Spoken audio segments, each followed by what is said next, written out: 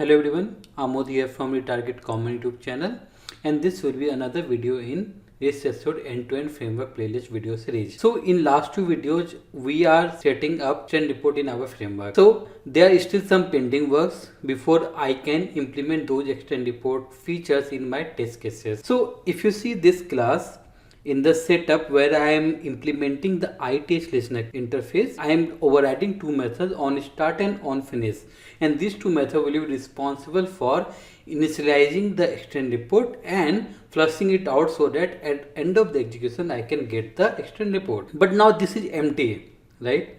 This report is empty.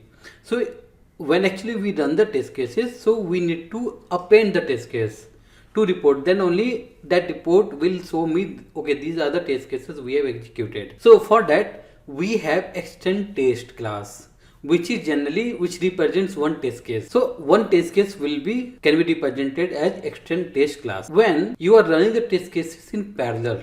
Okay, maybe you are using two threads, so two threads will be executing two test cases and that will be run in parallel. Okay, so we need to ensure that the data or both the test cases should not be overlapped. So we need to have some mechanism so that we can separate or distinguish like which thread is running which test cases.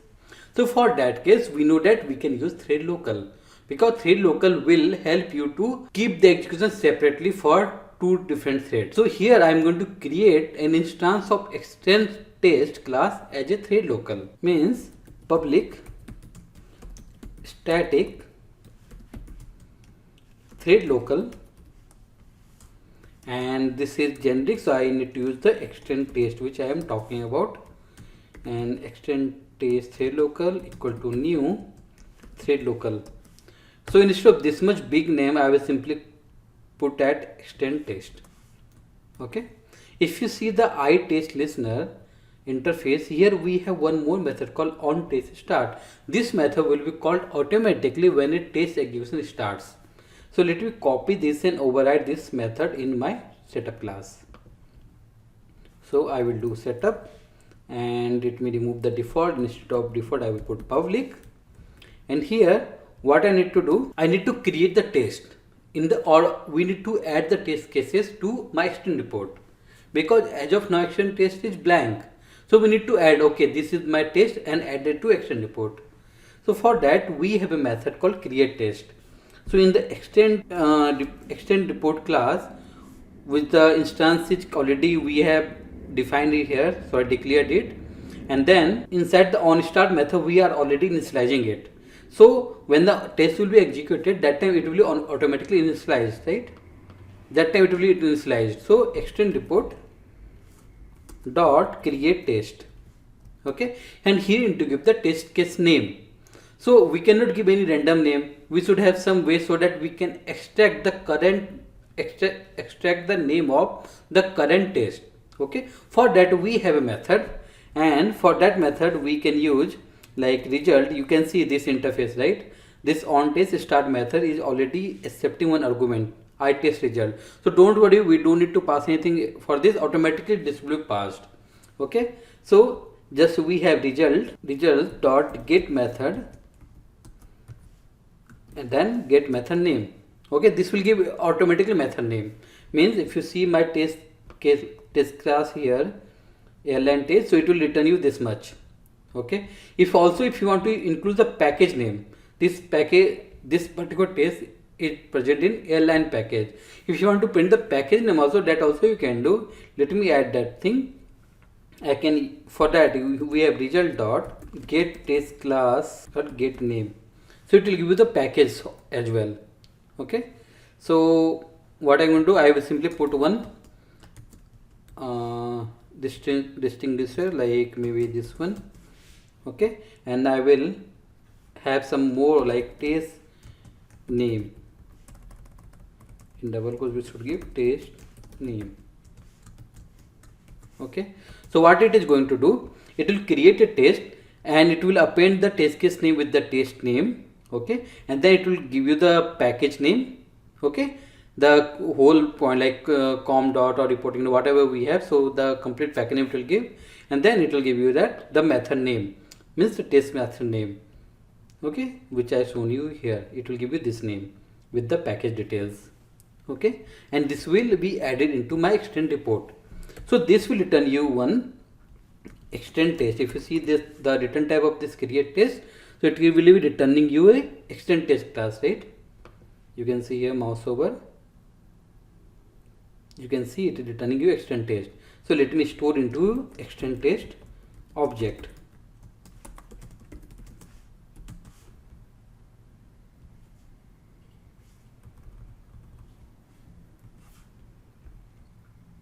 Now since we have thread local, so we need to set it.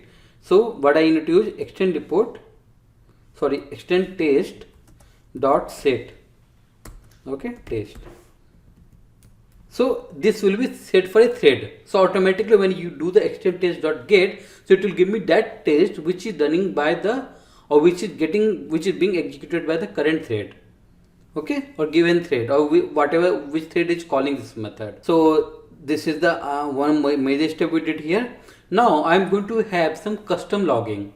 Custom logging means if you want to print some positive statement, means suppose if you are doing some assertion and that assertion is passed, then obviously that log information in the extend report should be printed, okay. So for just for some colorful or more meaningful report, what I'm going to do, if there's some positive step, that I will print in green. If it is failure, then I will print in red. If it is a warning, I will print in yellow, kind of thing, okay. Or suppose if it is info, just for the information purpose, that the text color will be gray. So for that I am going to create some custom logging. And where I am going to create that custom logging? Obviously in my extend report manager class. So what I am going to do, I am going to create methods like public static void log pass details. Don't worry, we will see the usage of all these methods. So string log. Here what I am going to do, setup dot extend test dot get, okay. Then we have pass. See, that's why I created the extend test, and I am retrieving the current test thing, because if you are running two test cases in parallel, right? So I need to log the information for the test case which is called by the thread, right? Because thread 1, thread 2. If it is calling thread 1, so I need to pick the thread 1. I need to pick the test cases running by thread 1. If it is called by thread 2, then this method needs to pick the test cases run by thread 2. Okay, that's why I'm using the setup.extendTest.get. Already we are setting it up here, extendTest.set. So for the reporting, I'm using the extendTest.get. Okay, give me the current test details. Okay, so whatever log you will pass, it will print, right? But if you use this one, it will simply print in the plain text, right? Default color. So what I want, if it is pass detail, right? Positive one, so I want it to print in green. So for that we have a method called mark helper. So it's markup helper.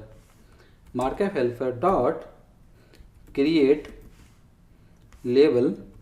Inside this I will pass the log and I can pass the color as well. Okay. It's not mandatory, just to make report beautiful I am using this, or I am creating this custom log. Okay. Similarly, what I am going to do, I am going to create for failure, warning and info. So let me copy paste. So log failure details. So string log, and instead of pass just I need to call the fail. Okay, and instead of green it should be red. Similarly, log info details. Okay, so here instead of pass I will put the info, and info should be like gray, so I am using simple gray.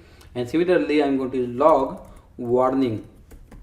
Okay, because this feature I really like from extend report. See, it's not necessary that if one assertion is failed, you need to fail the complete test case. Okay, there are many scenarios in which if one assertion is failed, there is no need to break the execution. You can continue, but end of the execution, you can say that okay, these assertions were failed. You just need to cross check. But if you fail that test case, then and there you don't know whether other assertions are working or not. Okay, in that case you can pass the test case with warning. Okay, and that I will show you how it works. So I am going to create one logger here, log warning details, and warning should be printed in yellow. Okay, and I will instead of pass I'm going to use warning. Okay, so simple thing, I just created four custom logger methods with some custom color here, right? For the pass one green, for the failure red, for the info gray, and for the warning yellow. So I think we have done the basic setup to so that we can use these methods in our test cases now. So that we'll see in next video. So if you have any doubt, please comment on this video. If you really like my videos, please like, comment, subscribe and share with others. Thank you everyone.